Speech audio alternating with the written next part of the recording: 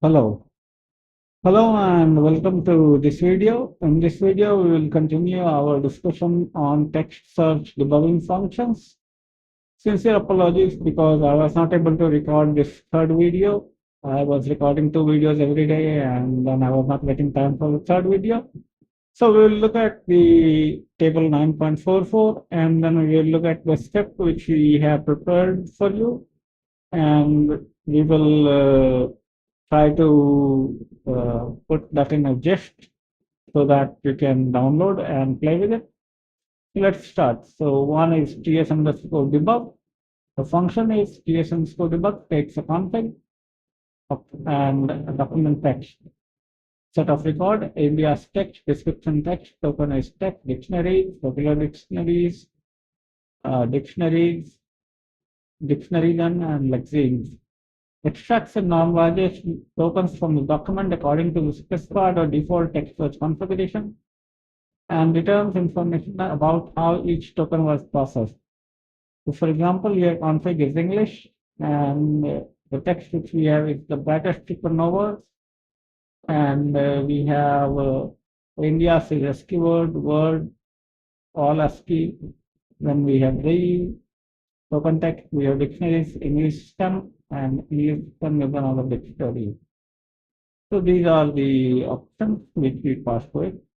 Then we have ps underscore lexi, which takes a dictionary and a token and returns an array of text. Returns an array of the placement lexemes if the input token is known to the dictionary, or an empty array if the token is known to the dictionary, but it is a stopword, or null if it is not a known word. So for example, here we have English stem and the token is star. So the replacement is star. Then we have to parse, which takes a parser name and document and set of record, token ID, which is an integer, and token text. It extracts token from the document using the named parser. So section chapter 12 will have more detail of it. ts underscore parse default to minus var. So it will return, it does not say what does it return. So it just parses basically. So at section 1 we have full. Then we have ts underscore parse, which take parser object ID and document, and a set of records which consists of token ID and token. Extracts tokens from document using a parser specified by OID. So here the OID for the parser object is 3722 and the record is 2 minus text. Then we have ts underscore token type, which takes a parser name text, returns a table that describes each type of token and the name parser can recognize. So again, chapter 12 has details. ts underscore token underscore type, which takes the parser OID, returns a table that describes each type of token parser specified OID can recognize. So as you can see, everything in this section refers to chapter 12 for more details. So we will not study chapter 12 immediately.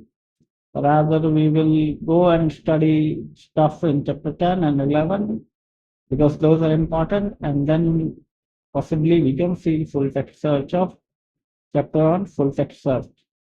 So the script I was talking about is, let me show you. This is the script I have prepared for you for the experiment, and some of it we will see. We have a database test prepared. So let me first put this in adjust, okay, so that you can copy and play with it. Okay, we don't have ES server running. All right, so okay. So what we want is we want to create a gist out of it.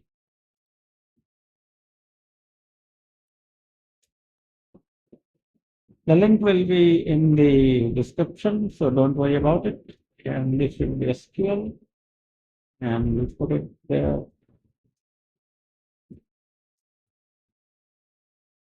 And we name it fts.md. Okay, and we make a public gist. So let's first create table.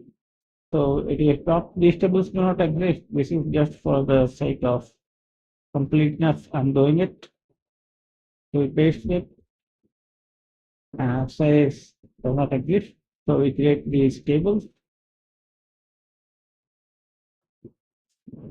There we go. We have four tables created. Let's look at those. Let me zoom it a bit. We have ID, title, text, body text. Again, primary key ID, title, author, summary. Then we have IDs under subject body. This is emails and products is ID name description. So we have some insertion. We insert these into this, and then we insert into books. So far, so good. And we insert into products and emails.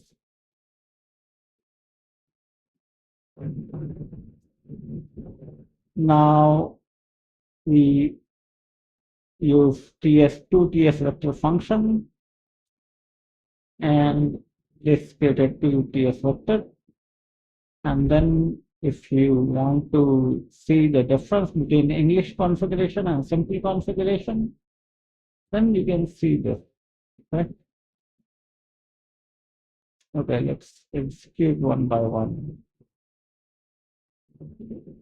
Okay. So we set the stop words for PS vector and normal words. And then we have position information from this. And we have a longer example. And then we alter the articles table.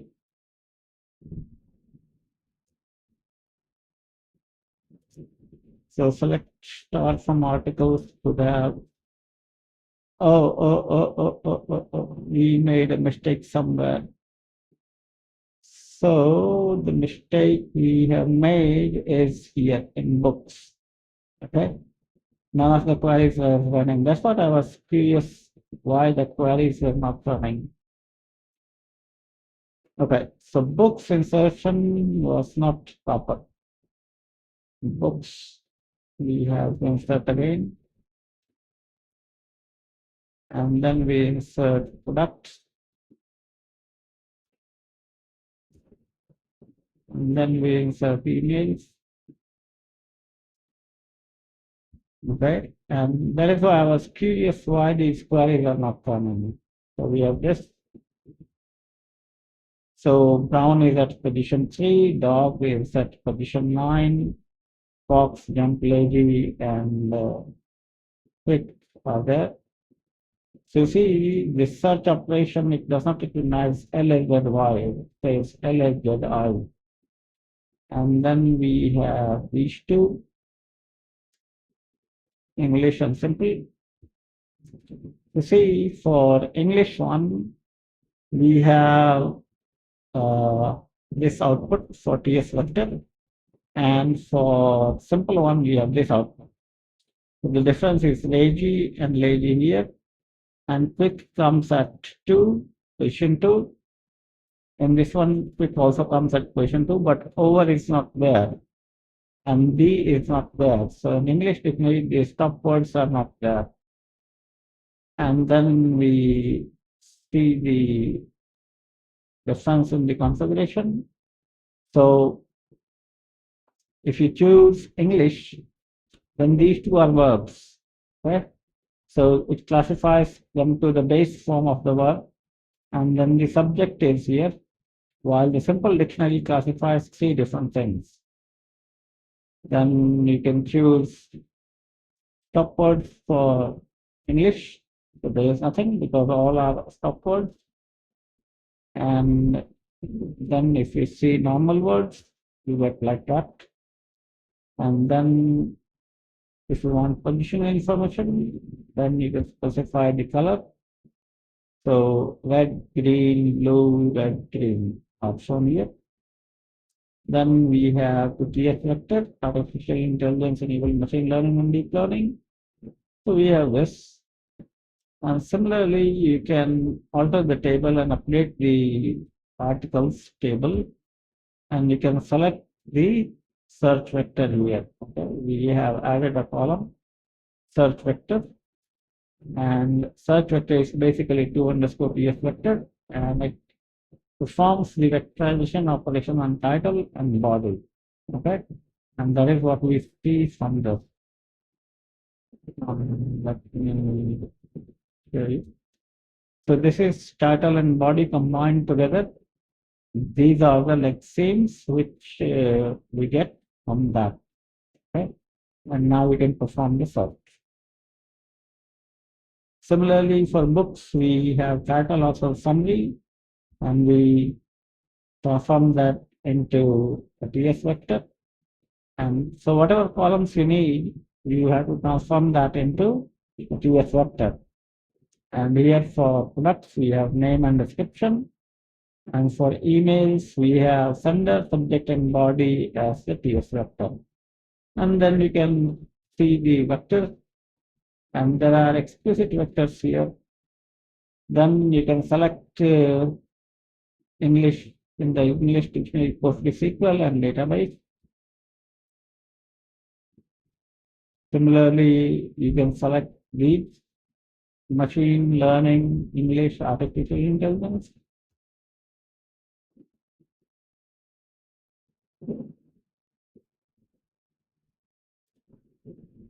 Now, if you want to test the equality of two vectors, you can see that.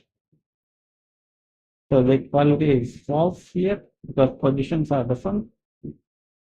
And then you can check the comparison of vectors. So apple is less than banana because in alphabetical sequence this is low.